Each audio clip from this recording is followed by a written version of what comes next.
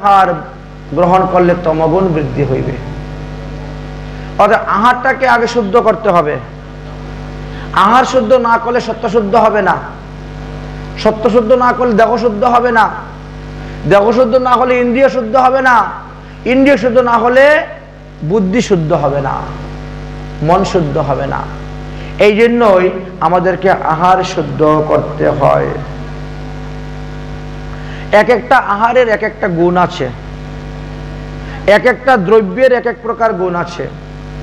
ঠিক তেমনি এই কারণেই আমাদের মহাজনগণ, প্রাচীন মুনি ঋষিরা তিথি অনুসারে, মাস অনুসারে, নক্ষত্র অনুসারে, বেশ কিছু বার অনুসারে বেশ কিছু খাবারের কথা নিষেধ করে গিয়েছেন।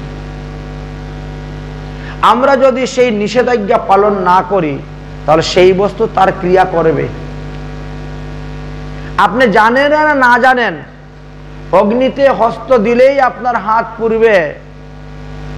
তাই বলছেন প্রতিপদে যদি আমরা কুমড়া ভক্ষণ করি তাহলে আমাদের অযথা অর্থ হানি হবেই হবে।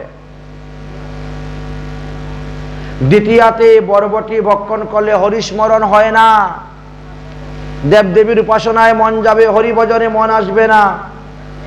তৃতীয়াতে পটল ভক্ষণ করলে পরে শত্রু বৃদ্ধি হবে।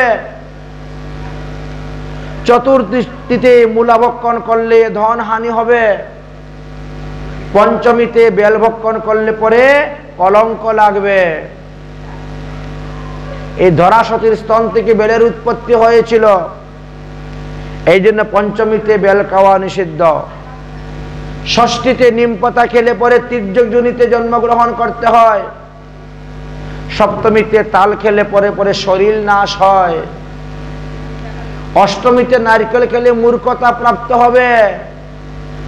লেখাপড়া মুখস্থ করা যাবে না, বাচ্চাদেরকে কখনো অষ্টমীতে নারকেল খাওয়াবেন না, মূর্খতা প্রাপ্ত হবে। বারবার পড়লে পরেও সেই পড়া মুখস্থ হবে না, মনে থাকবে না। 10টা দ্রব্য আনার কথা বললে বাজার থেকে 4টা 5টা নিয়ে আসবে, বাকিটা ভুলে যাবে, কি বলছিলেন ভুলে যায়। নবমীতে গুল লাউ ভক্ষণ করলে পরে সেটা গোমাংস সমতুল্য পাপ হয়। দশমীতে কলমি শাক ভক্ষণ করলে গোবৎ তুল্য পাপ হয়। একাদশীতে পঞ্চরবিশস্য ভক্ষণ করলে পঞ্চপাতকের পাতকী হতে হয়। দ্বাদশীতে পুঁই শাক ভক্ষণ করলে ব্রহ্মহত্যা পাপ হয়। ত্রয়োদশীতে বেগুন খেলে পুত্র হানি হবে। বংশতে পুত্র সন্তান হবে না, খালি কন্যা সন্তান জন্ম নিবে।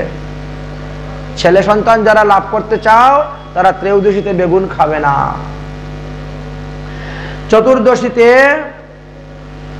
চতুর্দশীতে মাসকালাই খেলে পরে চিররোগ হয়। আর অমাবস্যা পূর্ণিমাতে আমিষ দ্রব্য গ্রহণ করলে পরে তাদের অধোগতি যেতে হয়। এই জন্য দেখেন তিথি বিশেষ আমাদের নিষেধ আছে, এই দ্রব্য কখন খেতে যাবেন না। দ্বিতীয়ত বললেন এই সামনেই আমাদের চাতুর্মাস্য ব্রত আসতেছে। এই চাতুর্মাস্য ব্রতেতে যে যতটা মানতে পারবেন ততটাই ভালো। চাতুর্মাস্যতে 32 প্রকার নিয়মের কথা বর্ণন করে গিয়েছেন। যদি বিশেষ কিছু না মানতে পারেন তাহলে শ্রাবণ মাসের 1 মাস কোনো প্রকারের শাক খাবেন না, ভাদ্র মাসের 1 মাস কখনো দধি খাবেন না, আশ্বিন মাসের 1 মাস দুগ্ধ খাবেন না, এবং কার্তিক মাসটা সম্পূর্ণ আমিষ বর্জন করবেন, নিরামিষ গ্রহণ করবেন। এতে আপনার লাভ হইবে। ভগবানকে সেই দ্রব্য যদি দান করা যায় তাহলে সেই দ্রব্যের গুণটা নষ্ট হয়ে যায়, দোষটা নষ্ট হয়ে যায়। প্রসাদ রূপে গ্রহণ করলে পরেও লাভ হয়। আমরা তো ভগবানকে প্রসাদ নিবেদন করি কিন্তু পাই কজনে।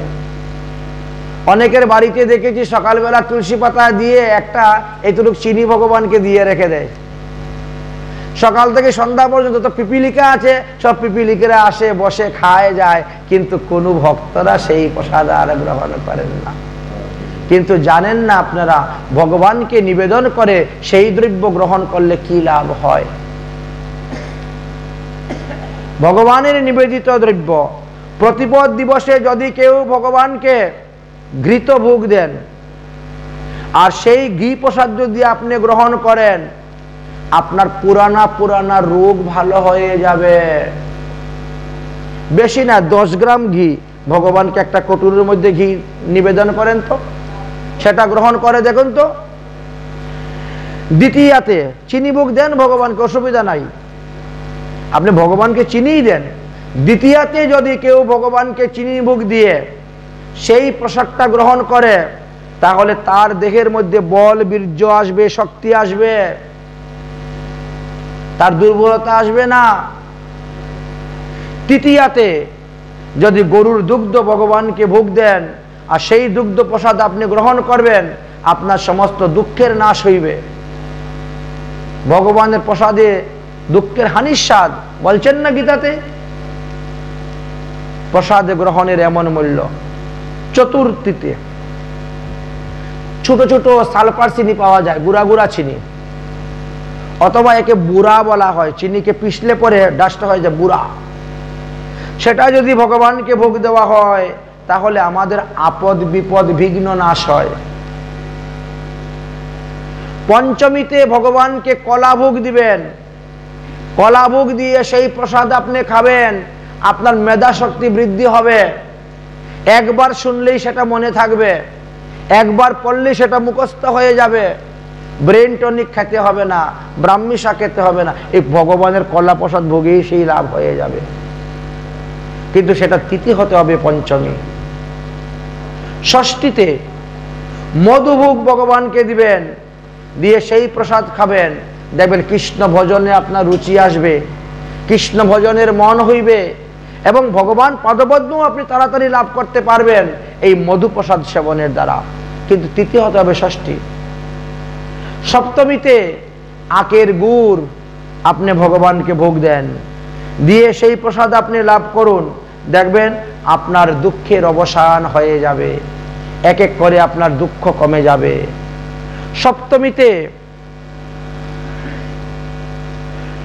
সপ্তমীতে গুড় ভোগ দিলে পরে দুঃখ নাশ হয়। অষ্টমীতে খই ভোগ দিবেন ভগবানকে, সে বিন্নি ধানের খই হোক আর শালিক ধানের খই হোক, ভগবানকে যদি খই ভোগ দেন আর সেই প্রসাদ যদি আপনি গ্রহণ করেন, আপনার তিতাব জ্বালা নাশ হয়ে যাবে। আদি দৈবিক, আদি ভৌতিক, আধ্যাত্মিক, এই 3 প্রকারের জ্বালা নাশ হয় ভগবানকে খই ভোগ দিলে পরে। নবমীতে গিয়ে আপনি নারকেল ভোগ দেন, নারকেলের লাড্ডু বানিয়ে দেন, নারকেলের অনেক কিছু পিঠাপানা বানিয়ে দেন। নবমীতে নারকেল ভোগ দিলে পরে দেহের মধ্যে সাহস উৎপন্ন হয়। দশমীতে তিল ভোগ দিবেন, সে সাদা তিল হোক আর কালো তিল হোক, তিলের লাড্ডু করেই ভোগ দেন, আর তিল দিয়ে বেসন দিয়ে পকোড়া করেই ভোগ দেন, আর তিল পিষেই টক বানিয়ে ভোগ দেন। অনেকে তিল দিয়ে, আনারস দিয়ে বা শসা দিয়ে টক তৈরি করে দেয় ভোগ, যেভাবেই হোক। দশমীতে যদি কেউ তিল ভগবানকে দান করতে পারে, তাহলে সেই ব্যক্তিকে জমালয়ে যেতে হবে না, তিল পরিমাণের পাপ তার দেহের মধ্যে থাকবে না। বলে তার পরের দিন থেকে আবার যদি পাপ করে আবার পাপ হয়ে যাবে, থাকবে। আবার দশমীতে তিল দান করবে, আবার তিল পাপ মুক্ত হয়ে গেলে। এই জন্য ভগবান শ্রীকৃষ্ণ জন্মগ্রহণ করার পরে নন্দ মহারাজ 56 মণ তিল দান করেছিলেন। তাই দশমীতে তিল দান করবেন, তাহলে নরকে যেতে হবে না, নরক যন্ত্রণা ভোগ করতে হবে না, জমালয় দর্শন করতে হবে না। একাদশী দিবসে নিজের ঘরে দই তৈরি করে ভগবানকে দই ভোগ দিবেন। একাদশীতে আপনিও দই পেতে পারেন, দুগ্ধ জাতীয় দ্রব্যতে নিষেধ নাই। তাহলে আপনার সম্পত্তি লাভ হবে, দিন দিন আপনি বড়লোক হতে পারবেন, অনেক টাকা পয়সার মালিক হতে পারবেন, সম্পত্তি বৃদ্ধি হবে। দ্বাদশীতে সকালবেলা আপনি ভগবানকে চিরা ভোগ দিবেন।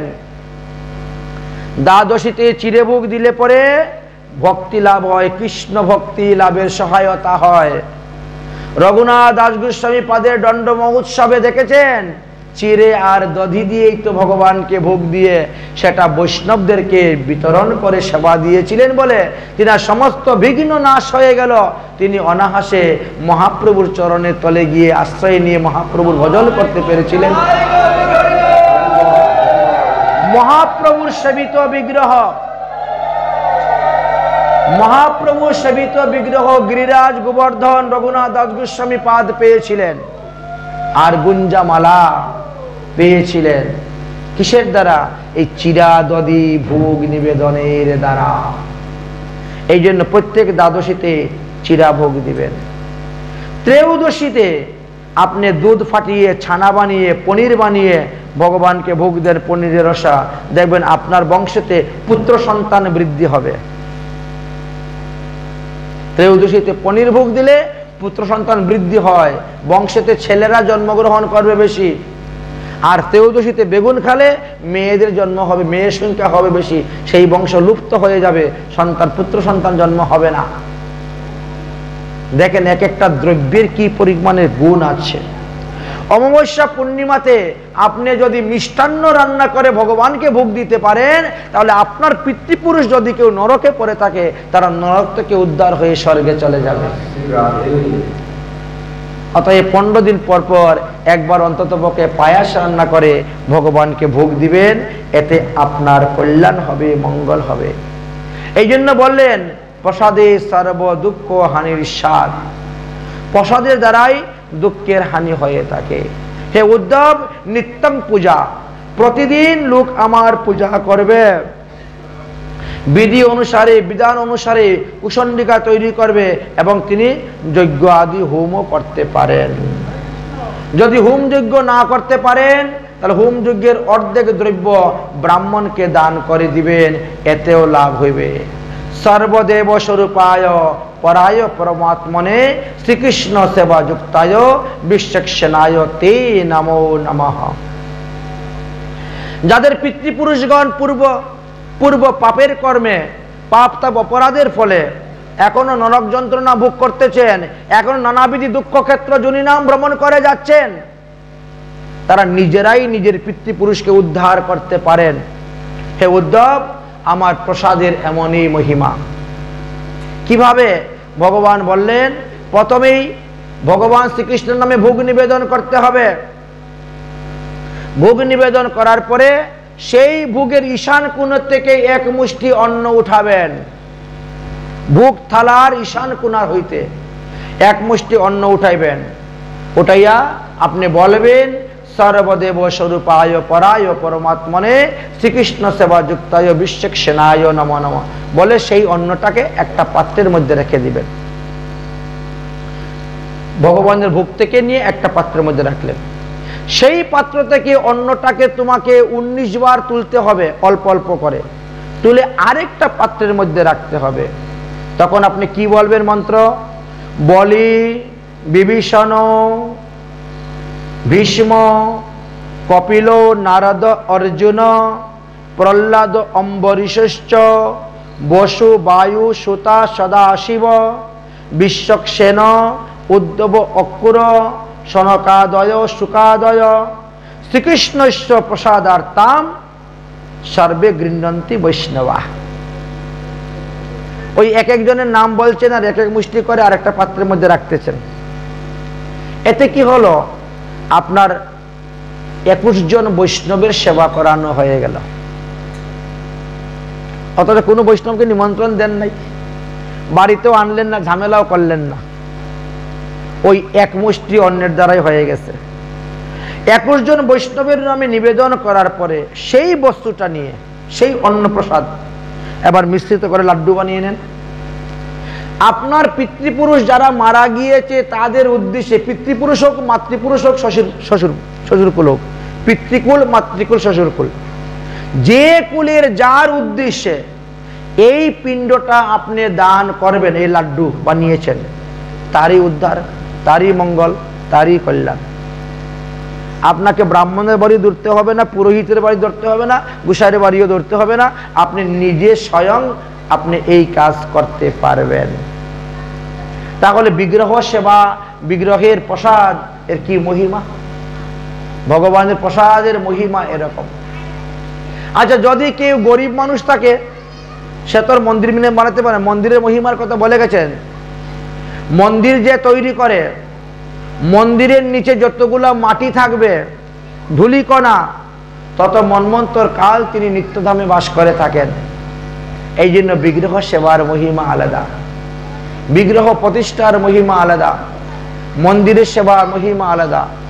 নতুন মন্দির তৈরি থেকে জীর্ণ মন্দির সংস্কারের মহিমা আরো বেশি বর্ণনা করে গিয়েছেন এই শ্রীমদ্ ভাগবত মহাপুরাণে।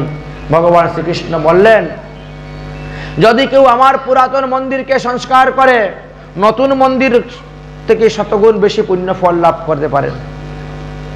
আর আমার বিগ্রহ 8 প্রকারের আছে।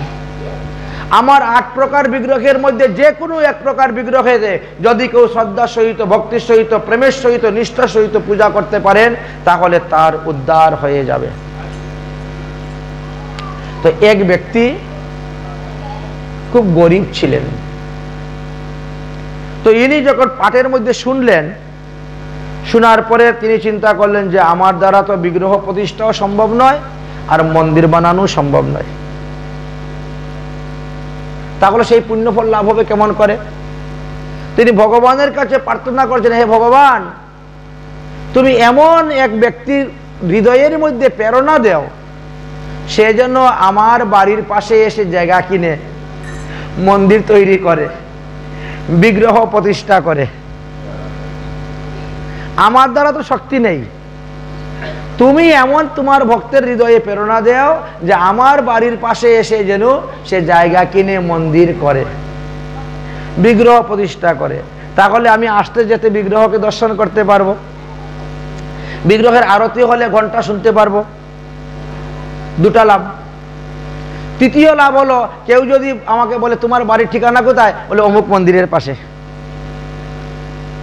তো আমার ঠিকানাটা তোমার ঠিকানায় হয়ে গেল। তারপরে আমার যতটা সময় সুযোগ পাবো অত সেবা করবো। সকালে গিয়ে একটু মন্দিরটা ঝাড়ু দিয়ে আসলাম, বা 2টা ফুল তুলসী দিলাম, হয়তো বাজারে একটু ভালো জিনিস একটু কিনে এনে দিলাম ঠাকুরকে। অতএব প্রভু, আমাকে এই ব্যবস্থাই করে দাও, আমি তো মন্দির তৈরি করতে পারবো না। ভগবানের কাছে প্রার্থনা, मेरी घर की आगे सामने तेरा एक मंदिर बन जाए, मेरी घर की आगे सामने तेरा एक मंदिर बन जाए, जब खिड़की खोलो तो तेरा दर्शन हो जाए, जब खिड़की खोलो तो तेरा दर्शन हो जाए। এমন জায়গায় মন্দির হবে, দরজা খুললেই যেন আমি তোমাকে দেখতে পাই, জানালা খুললেই যেন আমি তোমাকে দেখতে পাই।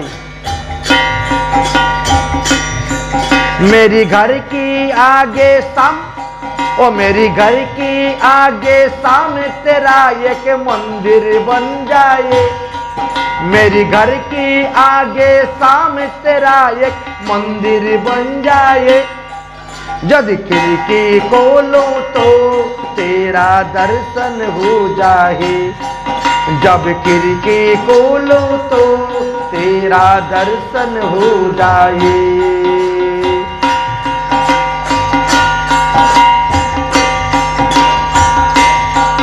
जब होगे आरती घंटा सुनाई देगी, जब होगा आरती तेरी घंटा सुनाई देगी, रोज सुबह तेरी प्रभु सूरज दिखाई देगी, सुबह तेरी प्रभु सूरज दिखाई देगी।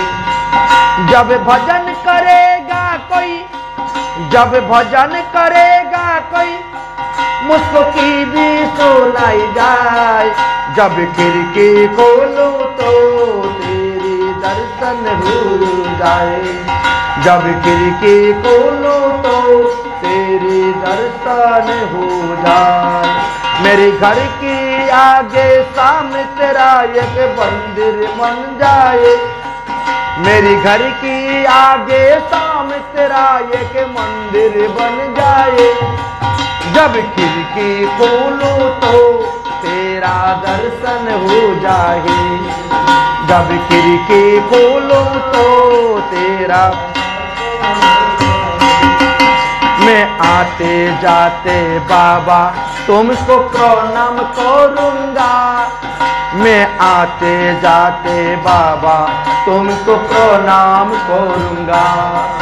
मैं आते जाते बाबा तुमको प्रणाम करूंगा। मैं आते जाते बाबा तुमको हर जो मेरी लायक होगा कामई करूंगा। जो मेरी लायक हो तो कामई करूंगा। तेरी सेवा करने से मेरी किस्मत बन जाएगा। तेरी सेवा करने से मेरा किस्मत बन जाएगा। जब खिड़की खोलो तो तेरा दर्शन हो जाएगा। जब खिड़की खोलो तो तेरा दर्शन हो जाएगा। मेरी घर की आगे सामने तेरा एक मंदिर बन जाएगा। मेरी घर की आगे सामने तेरा एक मंदिर बन जाएगा। जब खिड़की खोलो तो तेरा दर्शन हो जाएगा। जब खिड़की खोलो तो तेरा दर्शन हो जाएगा। नजदीक रहेगा दोनों आना जाना रहेगा। नजदीक रहेगा दोनों आना जाना रहेगा। हम दोनों का शाम बातें ठिकाना रहेगा। हम दोनों का शाम बातें ठिकाना रहेगा। एक साथ में रहेगा दोनों जल्दी आएगा। साथ में रहेगा दोनों जल्दी दिन आएगा। जब खिड़की खोलो तो तेरा दर्शन हो जाएगा। जब खिड़की खोलो तो तेरा दर्शन हो जाएगा। अतः हे भगवान, बाड़ीर सामने मंदिर होले परे कत लाभ। आस्ते आस्ते मंदिर के दर्शन करा जाबे। आरती करले घंटा बाजे शोना जाबे। केउ यदि कखनो किछु कीर्तन करे सेटाओ शोना जाबे। भगवानेर नाम श्रवण कीर्तन कराई हलो जीवेर लाभ।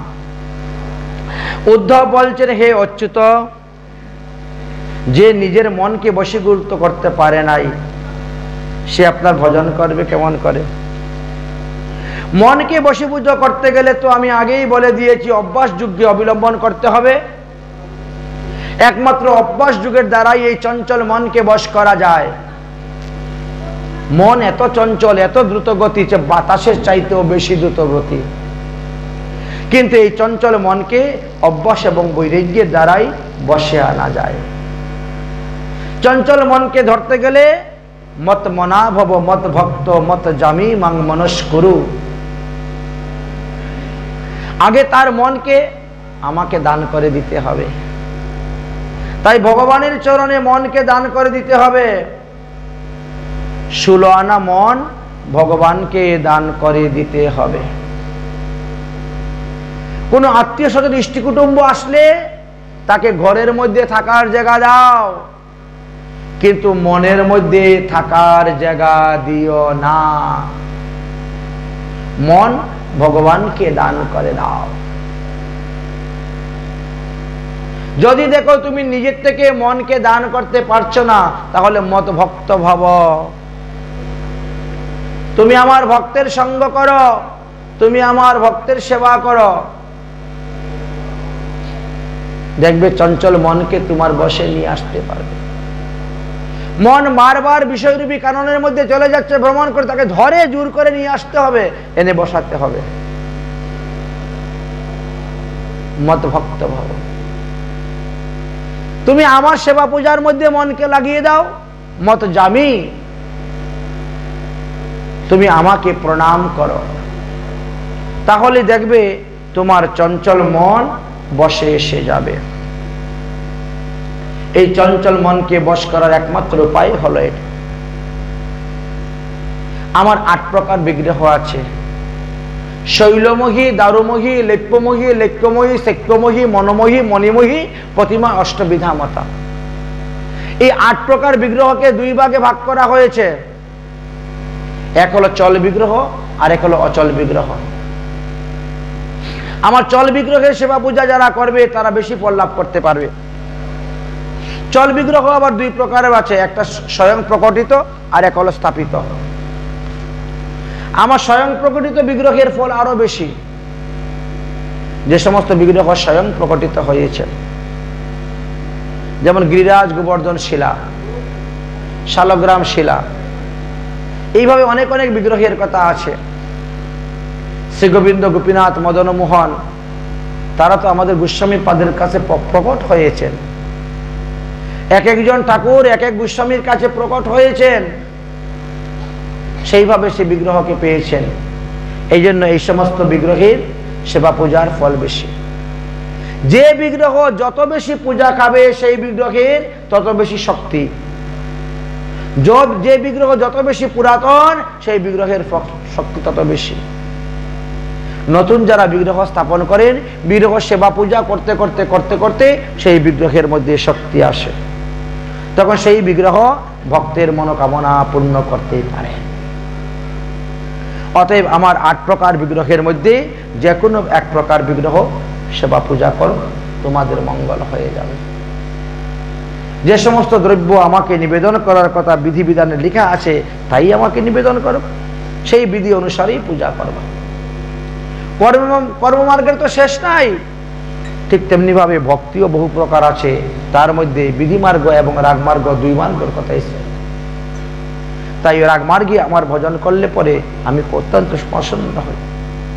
পুরুষোত্তম স্তোত্র, বেদের পুরুষোত্তম স্তোত্র ভাবে যদি কেউ আমাকে পূজা করে, আমি তার প্রতি অত্যন্ত প্রসন্ন হয়ে যাই। অতএব এই ভাগবত ধর্মের কথা আমি তোমাকে শিক্ষা দিলাম। যারা আমাকে চায় তারা কখনো সিদ্ধি চায় না। যদিও অনিমা, লগিমা, প্রাপ্ত, কাম্যা আদি সিদ্ধির কথা আছে, এই সমস্ত সিদ্ধির দ্বারা জগতে মান যশ প্রতিষ্ঠাই হয়, কিন্তু এতে আমাকে পায় না। সিদ্ধির দ্বারা কি হয়? আকাশে উড়ে যাওয়া যায়, জলের উপরে হেঁটে যাওয়া যায়, পাথরের ভিতরে ঢুকে যাওয়া যায়, কোনো মৃত ব্যক্তির ভিতরে প্রবেশ করা যায়, অগ্নিকে স্তম্ভন করা যায়, অতি দূরের কথা শব্দ শোনা যায়, অতি দূরের দ্রব্যের গন্ধ লাভ করা যায়। কিন্তু এতে তো জগতের মানুষের কাছে মান যশ প্রতিষ্ঠা লাভ হয়, কিন্তু তারা আমাকে পায় না। আমাকে পেতে গেলে শুদ্ধ ভক্তির দরকার, শুদ্ধ প্রেমের দরকার। শুদ্ধ ভক্তি না লাভ করা না পর্যন্ত তারা আমাকে পায় না। অতএব হে উদ্ধব, আমি তোমাকে সমস্ত ভাগবত ধর্মের কথাই বর্ণন করেছি। এতক্ষণ ধরে আমি যা কিছু তোমাকে বর্ণন করালাম, এটা কি ভাগবত ধর্ম বলা হয়? তুমি এখান থেকে বদ্রীনাথে চলে যাও, আর সেখানে গিয়ে এই ভাগবত ধর্মের কথা পরিবেশন করো। কোন এক সময় আমি বদ্রীনাথে গিয়েছিলাম, তখন সমস্ত মুনি ঋষিরা এসেছিল আমার মুখ থেকে ভাগবত কথা শ্রবণ করবেন, কিন্তু আমার সময়ে তখন অভাব ছিল বলে আমি বলতে পারি নাই। তুমি এখন আমার হয়ে গিয়ে সেখানে এই ভাগবত ধর্ম, ভাগবত কথা প্রচার প্রসার করো। তোমাকে আর দ্বারকায় থাকতে হবে না, তুমি দ্বারকা ত্যাগ করে চলে যাও। উদ্ধব মহাশয় তখন কাঁদতে কাঁদতে ভগবান শ্রীকৃষ্ণকে পরিক্রমা করলেন, করে বলেন, প্রভু, জীবনের শেষ মুহূর্তে একটা বস্তু চাইবো, আপনার কাছে দিবেন তো? বলে, বলো কি চাও? যে তোমার চরণ পাদুকা। ভগবান শ্রীকৃষ্ণের কাছে চরণ পাদুকা চেয়েছিলেন, আর ভগবান শ্রীকৃষ্ণ সেই চরণ পাদুকা দিয়ে দিলেন।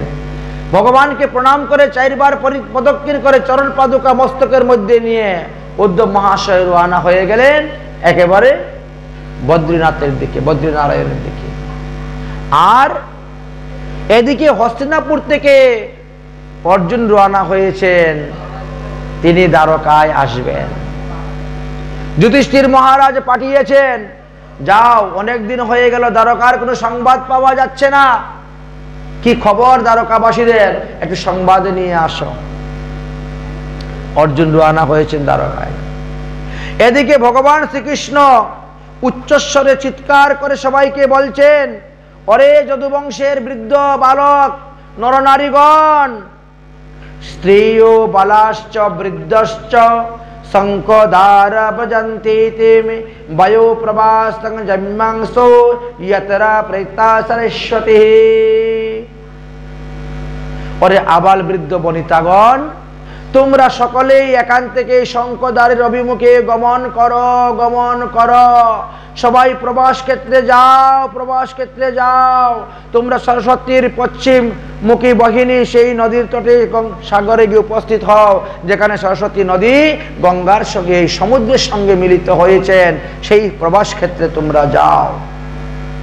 প্রবাস ক্ষেত্র একটা মহাতীর্থ, সেখানে যজ্ঞ করো, স্নান করো, দান করো, উপাসনা করো, একাগ্রস্তে হিষ্ট মন্ত্র জপ করো, তবেই আমরা মুক্তি লাভ করতে পারবো এই ব্রহ্ম সাপ হইতে, ব্রাহ্মণের সাপ হইতে। সেখানে গিয়ে স্বস্তি বঞ্চন মন্ত্র পাঠ করো, গাভী দান করো, সুবর্ণ দান করো, বস্ত্র দান করো, হস্ত দান করো, অশ্ব দান করো, রথ দান করো। এইভাবে ব্রাহ্মণদের দান করো, অকাতরে সেবা করতে শুরু করো। ভগবান শ্রীকৃষ্ণের কথা শ্রবণ করে সবাই প্রবাস ক্ষেত্রের দিকে রওনা হলেন এবং ধীরে ধীরে প্রবাস ক্ষেত্রে গিয়ে উপস্থিত হলেন। ভগবত ইচ্ছায় সেই সময়ে প্রবাস ক্ষেত্রের মাটি ফেটে গেল, আর সেই মাটি থেকে এক ধরনের রস বেরোলো, যেই রসের গন্ধটা একেবারে মদের মতন গন্ধ ছিল।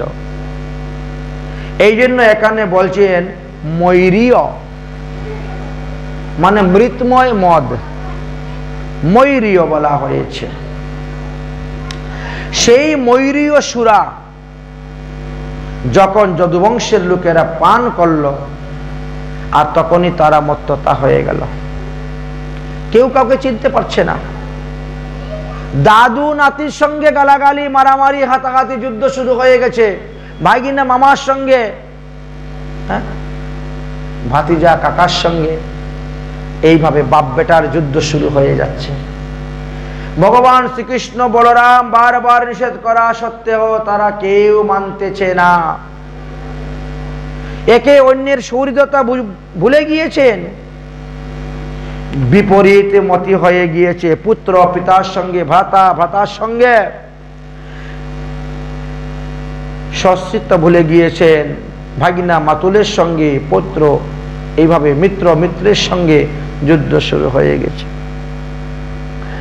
ভগবান শ্রীকৃষ্ণ বারবার নিষেধ করতে গেলে তখন ভগবানকে মারতে এসেছে যে শ্রীকৃষ্ণকে তারা, তখনই সেই অভিশপ্ত সেই মুসল চূর্ণের যে নলখাগড়ার বন সৃষ্টি হয়েছিল, সেইগুলা মুষ্টিবদ্ধ করে উঠাইয়া নিলেন। কৃষ্ণ নিলেন আর বলরাম, আর দুজনে বেদুম ধরে প্রহার করতে শুরু করলেন। এই নলখাগড়ার এরকা বন, এই এরকা ঘাসের আঘাত যার উপরে লাগেছে সেই মারা যাচ্ছে। এইভাবে করতে করতে ভগবান শ্রীকৃষ্ণ নিজের হাতে নিজের বংশকে বিনাশ করলেন।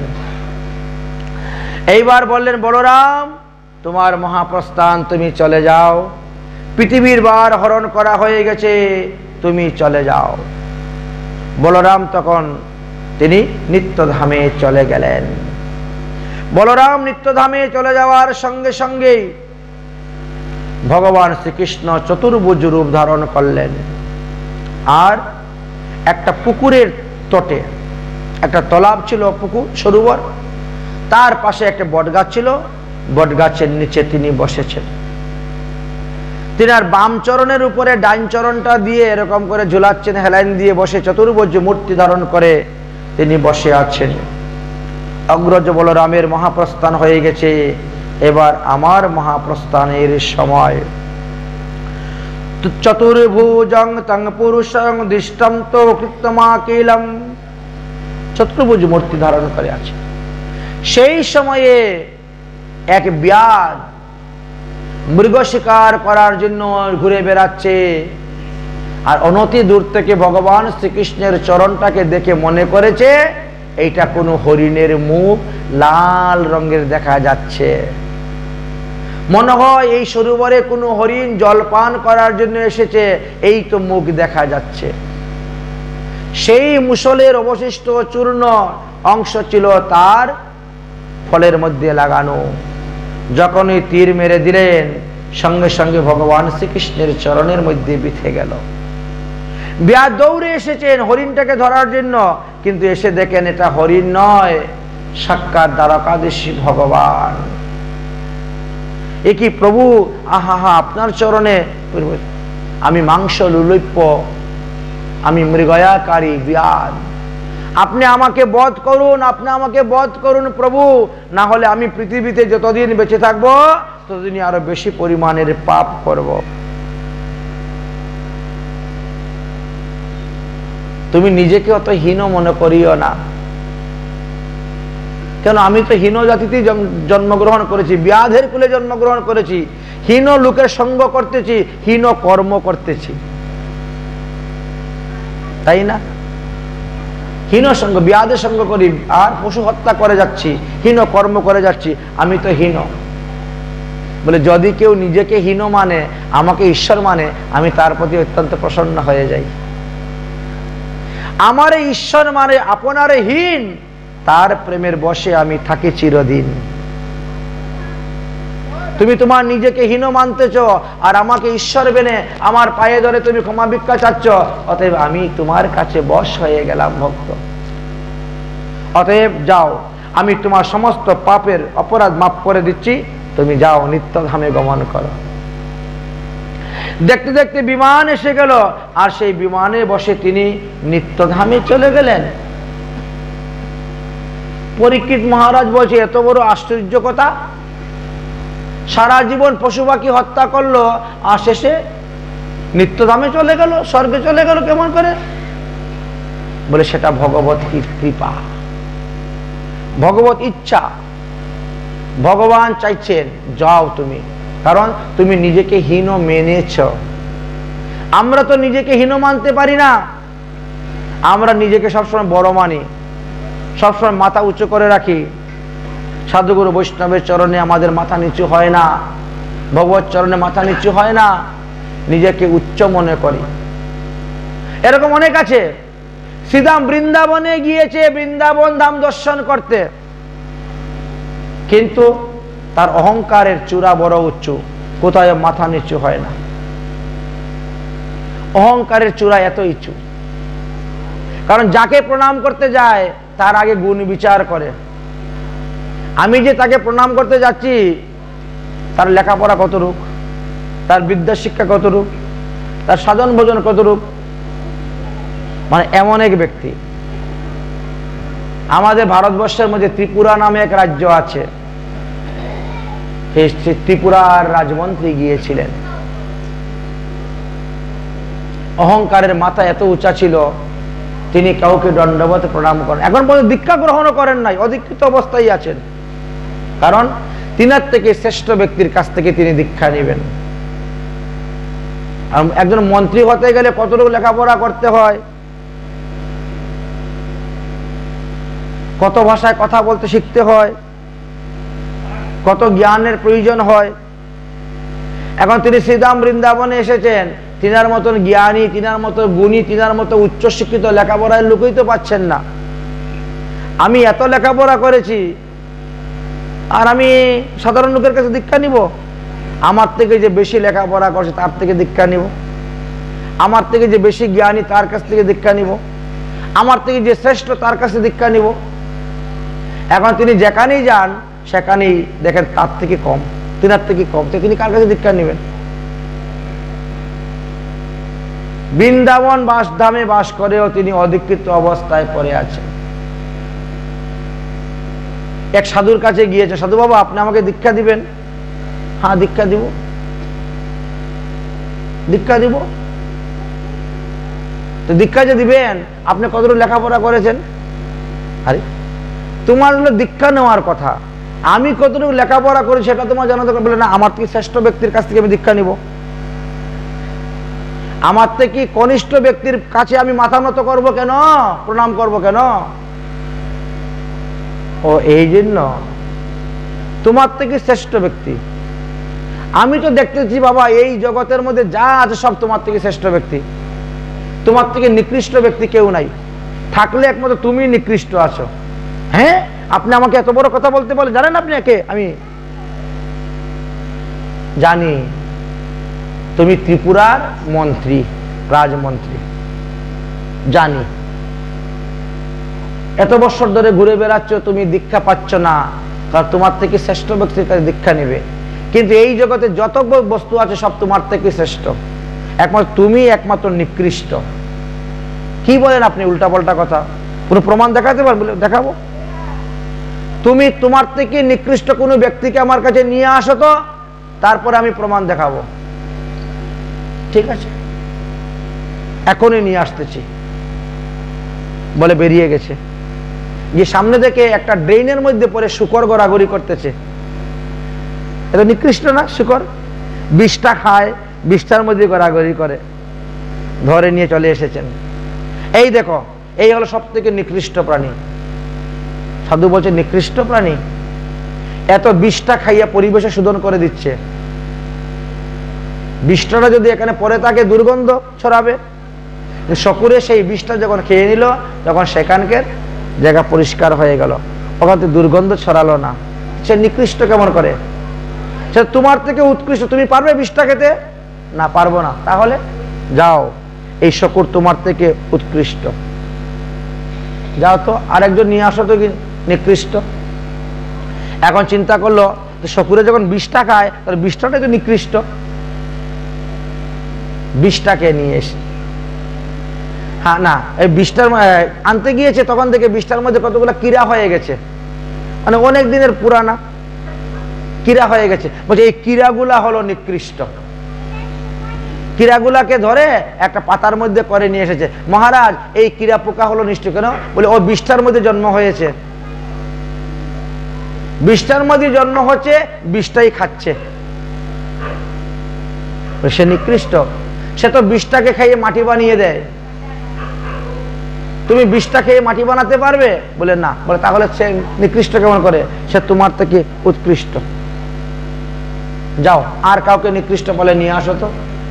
গিয়েছে, এইবার তিনি বিষটাই নিয়ে আসছেন। বিষটা, মহারাজ এই বিষটাটা হলো সব থেকে নিকৃষ্ট, বিষটা নিকৃষ্ট। একটু বিষটাকে জিজ্ঞেস করে দেখো তো, সে নিকৃষ্ট না উৎকৃষ্ট? হে বিষটা, তুমি কি নিকৃষ্ট? বলে না, কখনো নাই। আমি তো কালকে ডাল, চাউল, আটা, ময়দা, সবজি, চিনি, রুটি, পরোটা, কত কিছু ছিলাম। আমি কালকে উত্তম উত্তম বস্তু ছিলাম, বহুমূল্য দিয়ে বাজার থেকে কিনে এনেছে, আমাকে এনে রান্না করেছে, ভগবানের ভোগ দিয়েছে, স্তুতি করেছে, ভক্তি করেছে, প্রণাম করেছে, আমাকে জয়ধ্বনি দিয়ে আমার এই প্রসাদ খেয়েছে। কিন্তু এই রকম নিকৃষ্ট ব্যক্তির সঙ্গ করাতে এক রাত্রে আমি নিকৃষ্ট হয়ে গেছি। কি হে মন্ত্রী মশাই, কি বলল? এই তোমার বিষটাটা কি বলল? সে বলল কালকে সে চাউল ছিল, ডাল ছিল, রুটি ছিল, আলু সবজি ছিল, তুমি কিনে এনে রান্না করে ভগবানের ভোগ দিয়ে প্রসাদ খেলে, প্রসাদকে প্রণাম করে, দণ্ডবোধ করে, সম্মান করে। कि तुम्हार मतो निकृष्ट व्यक्तिर एक रात्रि संग करे से निकृष्ट हये गियेछे। तार माने जगतेर मध्य निकृष्ट के प्रमाणित हये गेल जे आमी निकृष्ट बोलेई आमार संग जे करे सेई निकृष्ट हये जाय। अहंकार चूर्ण करे दिलेन, अहंकार चूर्ण करे दिलेन। तखन तिनि दीक्षा ग्रहण करलेन, साधन करलेन, भजन करलेन, जानते पारलेन। ठीक तेमनि भावे जे निजेके निकृष्ट मने करे अन्यके उत्कृष्ट मने करे सम्मान देय, आमी तार प्रेमेर काछे बश हये जाई। अरे बियाद, तुमी तुम्हार निजेके निकृष्ट बोले तुमी स्वीकार करे नियेछो, तुमी तुम्हार निजेर जीवन के निकृष्ट बोले आमार चरणे क्षमा चाচ্ছো। जाओ तुम्हार समस्त अपराध थेके मुक्त करे तुम्हाके पाठिये दिलाम। এটাই হলো ভগবানের লীলা। পরীক্ষিত মহারাজ বলছেন, গুরুদেব সারা জীবন এত অন্যায় অধর্ম পাপ কর্ম করলো, আর তারপরে ভগবানের চরণে তীর মেরে সে উত্তম গতি লাভ করলো। বলে এটা তো ভগবানের লীলা। এই যে ব্যাদ, এই ব্যাদ পূর্বজন্মে ছিলেন অঙ্গদ।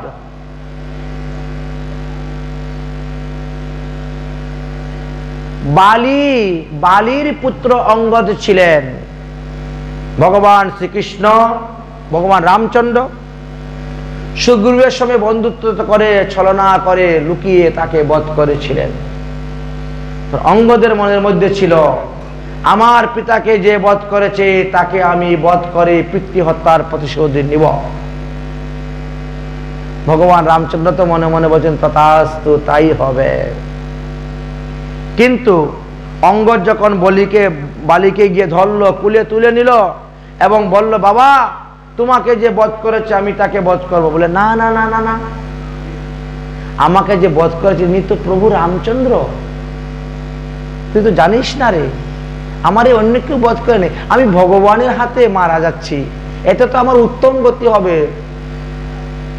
খবরদার, তুই ভগবান রামচন্দ্রকে মারবি না, তুই ভগবান রামচন্দ্রের সেবা করবি, পূজা করবি, তুই কখনো মনে আনবে না যে ইনি আমার পিতৃ হত্যাকারী শত্রু। তিনাকে প্রভু জ্ঞানে পূজা কর। দেখ না, ভগবান রামচন্দ্র আমাকে প্রাণ দান করতে চাচ্ছেন, কিন্তু আমি নিতে চাচ্ছি না, আমি নিলে তো আরো বেশি পাপ করব, দরকার নেই। এই বলে তিনি মারা গেলেন। বলে অঙ্গদ সেই জন্মে ভগবান প্রভু রামচন্দ্রকে মারতে পারে নাই।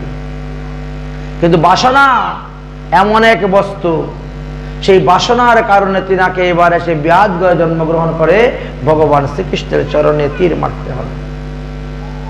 এইটা ভগবান আমাদেরকে শিক্ষা দিচ্ছেন যে প্রত্যেকটা জীবকে তার কর্মের ফল ভোগ করতে হইবে। আমি যেমন অন্যায়ভাবে লুকিয়ে বালিকে বান মেরেছি, ঠিক তেমনি ভাবে ব্যাধও আমাকে বান মেরেছে আমার পায়ের মধ্যে। এটা জগৎ শিক্ষার জন্য, এটা ভগবানের লীলা। ভগবানকে মারতে পারে এমন কোন ব্যক্তি আছে নাকি পৃথিবীতে? নাই তো। যে মহাপ্রভু স্বয়ং প্রতিদিন 4 স্থানে উদয় হন, তাকে কেউ মারতে পারবে? এটা হতে পারে? কখনো না। ভুল সিদ্ধান্ত এগুলা।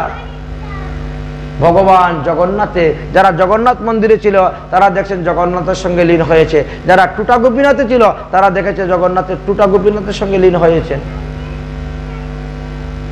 যারা সমুদ্রে স্নান করেছিল তারা দেখছেন ভগবান প্রেমে মুক্ত হয়ে নৃত্য করতে করতে সমুদ্রে গিয়ে ঝাঁপ দিয়েছেন, আর উঠেন নাই।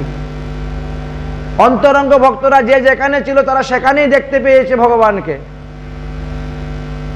এইভাবে ভগবান স্বীকার করে নিয়েছেন, আমার এইভাবে আমি নিত্যধামে যাব।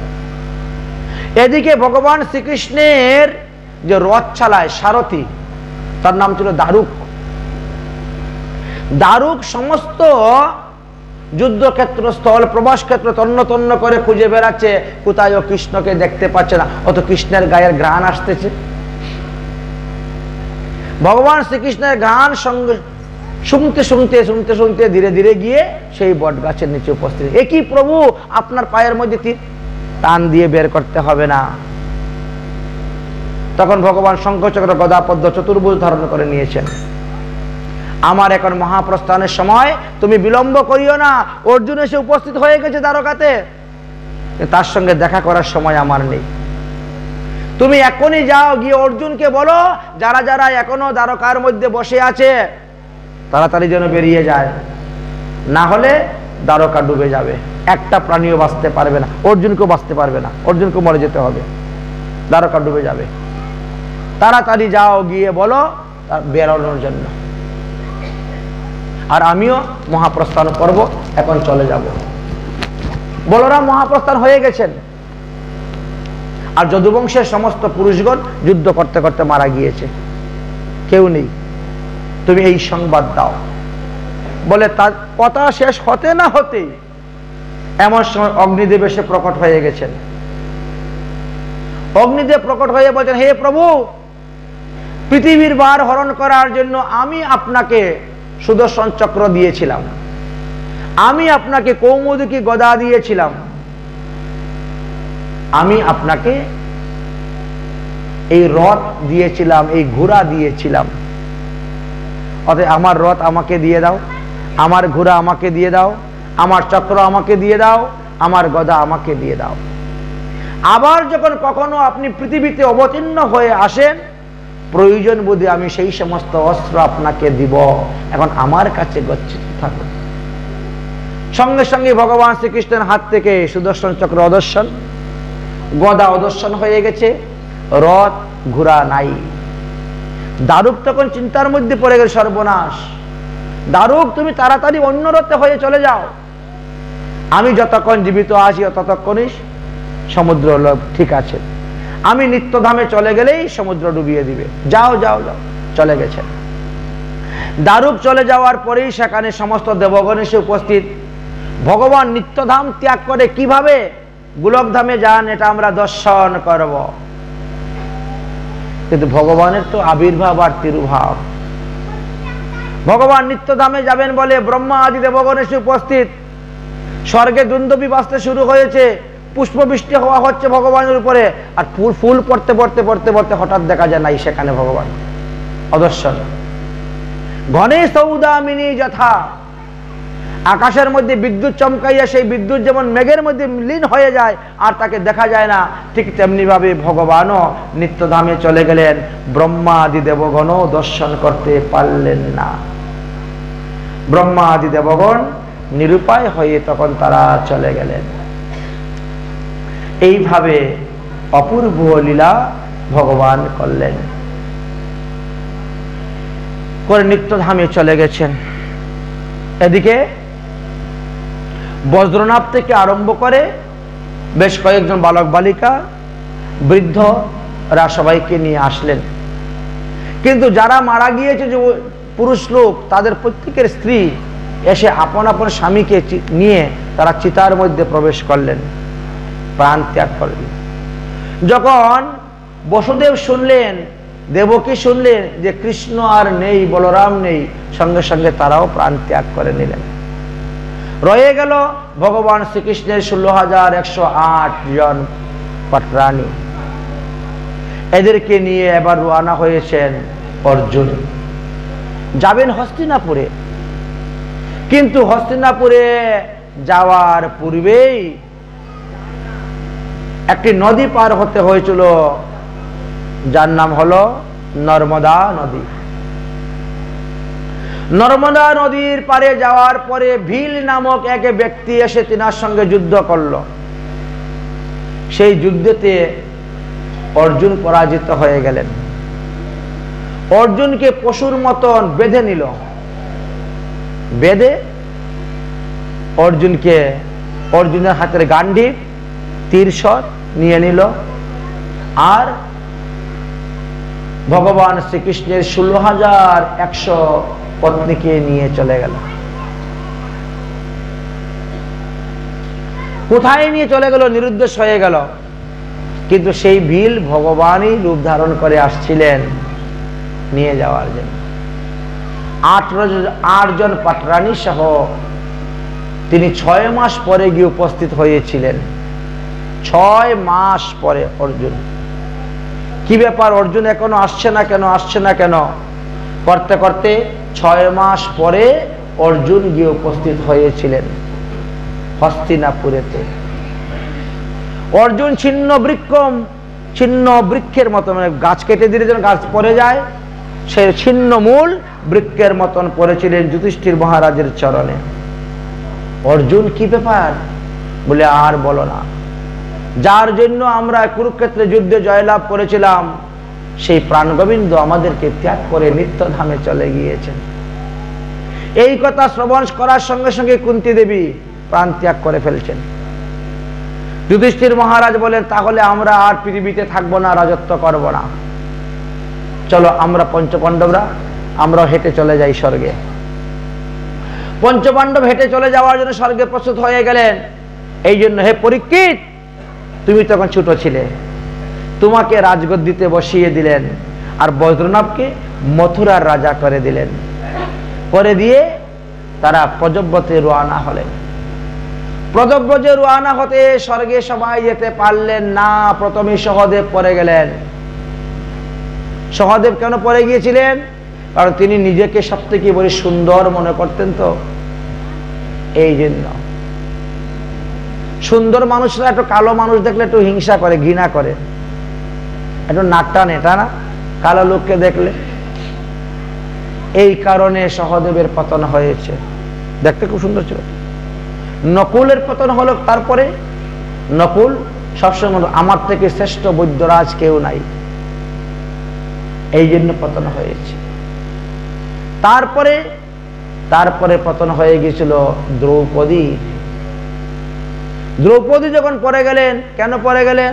বলে দ্রৌপদী 5 জনকে স্বামী রূপে গ্রহণ করলেও অর্জুনকে বেশি ভালোবাসতেন। এই কারণে তিনিও যেতে পারলেন না, পতন হয়ে গেল। কিছুক্ষণ পরে অর্জুনের পতন হয়ে গেল। কি অর্জুন পড়ে গেলেন কেন? অর্জুন বলছিলেন একদিনের যুদ্ধেতে তিনি সমস্ত কুরুবংশ নাশ করে দিবেন, কিন্তু 18 দিনের যুদ্ধে কুরুবংশ তিনি একা নাশ করতে পারেন নাই, পতন হলো। তারপরে ভীমের পতন হলো। ভীম কেন পতন হয়েছিলেন? তিনি সবার থেকে বেশি আহার করতেন। অন্যরা খাওক আর না খাওক, তাদের পেট ভরুক আর না ভরুক, সেই দিকে লক্ষ্য নাই, আমার পেট ভরলেই হলো। ভীম যখন পেট ভরে খেতেন তখন বাকি ভাইদের পেট ভরত না, এই জন্য পতন হয়েছে। যাই হোক, যুধিষ্ঠির মহারাজ স্বর্গে গমন করেছিলেন। একটুকু মিথ্যা কথা বলেছিলেন একবার, অশ্বত্থমা হত ইতি গজ, যার কারণে তিনাকে একবার মায়ার কারণে নরক দর্শন করতে হয়েছিল। সেই পঞ্চপাণ্ডব দাপর যুগের লীলা অবসান করার পর ভগবত প্রেম ভক্তি লাভ করার জন্য তারা 5 জন 5টি বৃক্ষ রূপে শ্যামকুণ্ডের তীরে বসে ভজন করতে শুরু করলেন। শ্রীধাম বৃন্দাবনের গাছপালাগণ মুনি ঋষিগণ পঞ্চপাণ্ডব বৃক্ষ রূপে বসে ভজন করতে শুরু করলেন শ্যামকুণ্ডের পারে। ভজন করছেন, কেউ তো জানে না। তারপরে রঘুনাথ দাস গোস্বামী পাদ যখন মহাপ্রভুর আদেশে বৃন্দাবনে গেলেন, বাস করলেন, তিনি চিন্তা করলেন এবার রাধাকুণ্ড শ্যামকুণ্ড সংস্কার করতে হবে। রাধাকুণ্ড তো দৈর্ঘ্য প্রস্থ সুন্দরভাবে মেপে করে সংস্কার করা হয়ে গেছে, শ্যামকুণ্ডটাও দৈর্ঘ্য প্রস্থ সমান করে করতে হবে। শ্যামকুণ্ডের পাড়েতে অনেক বৃক্ষ, তাহলে গাছগুলো কাটা হোক। যেই গাছ কাটতে কূপ মেরেছেন এমনি গাছ থেকে রক্ত বেরোতে শুরু হয়ে গেছে। সর্বনাশ, বৃক্ষ থেকে রক্ত বেরোচ্ছে, আশ্চর্য কথা। এই তো সঙ্গে সঙ্গেই সবাই স্তুতি ভক্তি করতে পড়ে গেলেন। দুধ, দই, ঘি, মধু, শর্করা, পঞ্চমৃত, পঞ্চগব্য দিয়ে বৃক্ষকে স্নান করাইলেন। লাল কাপড় হলুদ দিয়ে বৃক্ষকে বন্ধন করলেন। আর কত চরণে ক্ষমা চাইলেন, হে বৃক্ষরাজ তুমি কে? আমরা জানি না, না জেনে বৃক্ষ কাটতে গিয়েছিল। রাত্রিবেলা স্বপ্নে দেখাইলেন যুধিষ্ঠির মহারাজ রঘুনাথ দাস গোস্বামী পাদকে, আমরা পঞ্চপাণ্ডব এখানে 5টা বৃক্ষ রূপে বসে ভজন করতেছি। এইভাবে শ্যামকুণ্ডে চতুর্দিকে সব মুনি ঋষিরা বসে ভজন করতেছেন, আর একটা বৃক্ষ কাটতে যাবেন না। শ্যামকুণ্ড যেইভাবে আছে সেইভাবেই তার খনন করো, তার সংস্কার করো। রঘুনাথ দাস গোস্বামী পাদ তখন সেই স্বপ্ন আদেশ পেয়ে তিনি আর কোনো বৃক্ষ কাটলেন না। এই জন্য শ্যামকুণ্ডটা দেখবেন ভগবান শ্রীকৃষ্ণের চরণের ছাপের মতন, একটা দিক ছোট, একটা দিক মোটা, একটা দিক তেরা বেঁকা, যেভাবে আমাদের চরণের ছাপ। আর সংস্কার করতে পারলেন না দৈর্ঘ্যপ্রস্থ, ওইভাবেই খনন করে ওইভাবেই পাথর দিয়ে বাঁধিয়ে দিলেন। সেই পঞ্চপাণ্ডবগণ বহুকাল ভজন করে গিয়েছেন। আমাদের কৃষ্ণদাস কবিরাজ গোস্বামী পাদ সেই 5টি বৃক্ষের নিচে বসে এই চৈতন্য চরিতামৃত গ্রন্থ রচনা করেছেন। এই জন্য সেইখানেই তিনার ভজন কুটির। কিন্তু কালের গতিতে প্রাকৃতিক নিয়মের কারণে এই সবকটি গাছ এখন নষ্ট হয়ে গিয়েছে। 4টি গাছ লুপ্ত হয়ে গিয়েছেন, কিন্তু যুধিষ্ঠির মহারাজের এখনো আছেন। যুধিষ্ঠির মহারাজ যে বৃক্ষ ছিলেন সেই বৃক্ষ এখনো আছেন, বড় লোহার পাত দিয়ে টিন দিয়ে সুন্দর করে বাঁধিয়ে রাখা আছে, তার বাকি বস্তুগুলি দর্শন করার জন্য জীবের। এইভাবে এই ঘেরার নামই হলো পঞ্চপাণ্ডব ঘেরা। যদি কখনো শ্রীধাম রাধাকুণ্ডে যান তাহলে জিজ্ঞেস করবেন পঞ্চপাণ্ডব ঘেরা কোনটা, অথবা গদাধর চৈতন্য মন্দির কোনটা।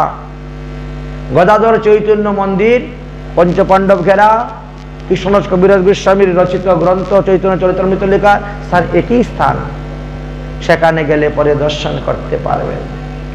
যাই হোক, ভগবানের নিজের পরিকরগণ আস্তে আস্তে এক এক নিত্যধামে চলে গেলেন, সবাইকে নিয়ে আসলেন, আবার সবাইকে নিয়ে তিনি চলে গেলেন।